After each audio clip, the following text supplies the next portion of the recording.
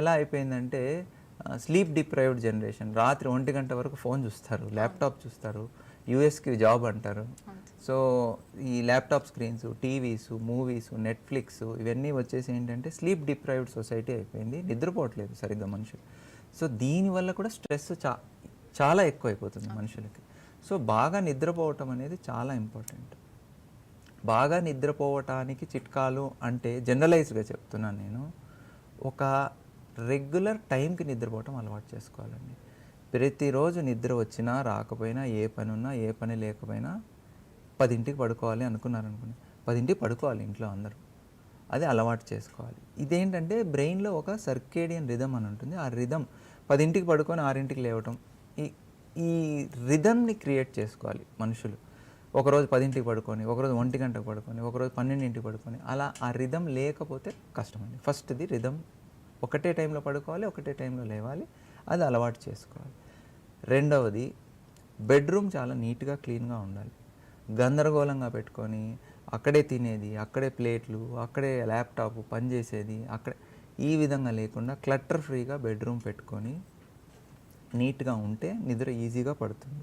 And పడుకునే quality of the mattress చాలా important. Okay, 10,000 20,000 పెట్టి వాచ్ కొనమంటే కొంటారు, కానీ మంచి మ్యాట్రెస్ కొనమంటే కొనరు. మనం ఆల్మోస్ట్ 1/3 ఆఫ్ లైఫ్ మ్యాట్రెస్ మీదే పడుకుంటున్నాం. సో డెఫినెట్గా మంచి కంఫర్టబుల్ మ్యాట్రెస్, కంఫర్టబుల్ పిల్లో అనేటివి ఉండాలి. రూమ్ టెంపరేచర్ కూడా చాలా ఇంపార్టెంట్. అంటే మన ఇండియన్ కండిషన్స్లో ఏంటంటే ఎక్స్ట్రీమ్ టెంపరేచర్ సమ్మర్లో మనం చూస్తున్నాం, ఇప్పుడు 45 48 కూడా వెళ్ళిపోతుంది. అంత ఎక్స్ట్రీమ్ హై టెంపరేచర్ ఉంటే నిద్ర రాదు. ఓకే, ఏసీ అందరికీ ఉండదు, కనీసం కూలరు, రూమ్ టెంపరేచర్ కంఫర్టబుల్ మనకు 24 22 డిగ్రీస్ సెంటిగ్రేడ్ ఉంటే రూమ్ టెంపరేచరు ఈజీగా నిద్ర పడుతుంది. ఉక్క పోస్తూ చెమట పడుతూ ఉందంటే నిద్ర రాదు. సో ఆ టెంపరేచర్ మెయింటైన్ చేసుకోగలిగిన కండిషన్స్ ఉంటే మనము కొంచెం చల్లటి టెంపరేచర్ ఉంది అంటే ఈజీగా నిద్ర పడుతుంది. అండ్ కెఫీన్ అండి, ఈ స్టిమ్యులెంట్స్ ఉన్నాయి కదా ఏవైతే, కాఫీ, ఆల్కహాల్, స్మోకింగ్, ఈ స్టిమ్యులెంట్స్ని తగ్గించుకోవాలి. ఈవినింగ్ 5 తర్వాత కాఫీలు తాకండి. ఈ కరెక్ట్గా 9ంటికి కాఫీలు తాగే వాళ్ళని చూశాను నేను. ఓకే, సో ఈ కెఫీన్ అంటే విపరీతమైన స్టిమ్యులెంట్, ఇది నిద్ర పట్టనివ్వదు. ఓకే, సో ఈ ఈవినింగ్ కాఫీలు తాగటము ఇవన్నీ తగ్గించుకోవాలి. అండ్ స్మోకింగ్, ఆల్కహాల్ ఎంతవరకు కట్ డౌన్ చేసుకుంటే అంత మంచిది. ఓకే, అండ్ ఇంకోటి ఏంటంటే తినటానికి పడుకోవటానికి మధ్యలో గ్యాప్. మీరు మసాలా బిర్యానీలు, ఏవేవో బయట ఫుడ్లు 9ంటికి తిని 9:30 పడుకున్నారనుకోండి, కాసేపటికి అదంతా గొంతులోకి వస్తుంది, నిద్ర పట్టదు. సో అలా కాకుండా 7ంటికే తినేసి, అంటే మసాలా బిర్యానీలు తినమని నేను ఎంకరేజ్ చేయట్లేదు, కానీ 7ంటికి తిని ఒక 2-3 గంటలు గ్యాప్ ఇచ్చి ఆ తర్వాత 10ంటికి పడుకున్నారనుకోండి, దట్ ఈస్ వెరీ గుడ్ అండి. సో ఇలాంటివి అలవాటు చేసుకొని ఒక రెగ్యులర్ టైంలో పడుకొని స్టిమ్యులెంట్స్ ఏం ఇంకొకటి స్క్రీన్ టైం అండి. పడుకునేకి 2-3 గంటల ముందు స్క్రీన్ ఆఫ్ చేస్తే బెస్ట్ అండి. ఈ మనకేంటంటే చీకటి అవుతూ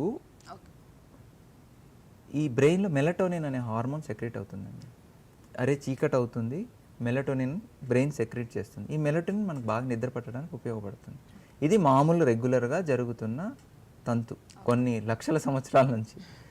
ఇప్పుడు ఈ స్క్రీన్స్ వచ్చేసాయి, లైటింగ్ వచ్చేసింది, ఎలక్ట్రిసిటీ, బ్రైట్ లైట్స్, టీవీలు, మానిటర్స్.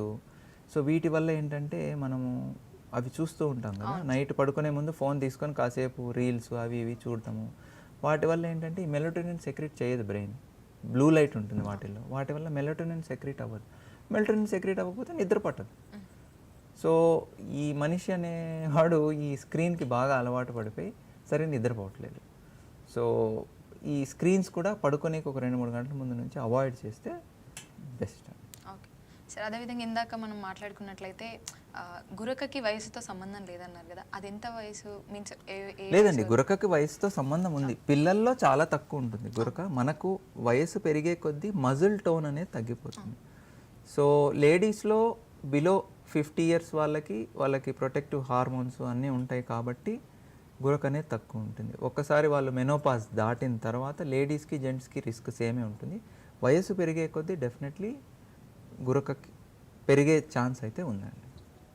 దీనికి ముందు జాగ్రత్తలు మెయిన్గా ఏవి తీసుకోవచ్చు సార్? వెయిట్ గెయిన్ అవ్వకండి, ఓకే.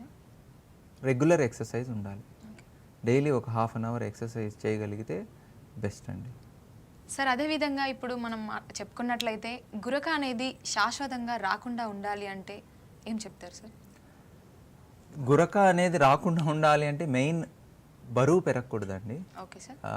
ఈ మన కంట్రీలో యూత్ చాలామంది ఒబీస్ ఏమి ఉండరు. ఓకే. సో వాళ్ళందరికీ ఇచ్చే సందేశం ఏంటంటే బరువు పెరగకండి. బాడీ మాస్ ఇండెక్స్ అనేది 19 to 22 మధ్యలో మేనేజ్ చేయాలి. అవును. ఓకే, 19 to 22 మధ్యలో బాడీ మాస్ ఇండెక్స్ ఉండి రెగ్యులర్గా ఎక్సర్సైజ్ చేయండి అండ్ హెల్తీ డైట్ తీసుకోండి. Okay sir.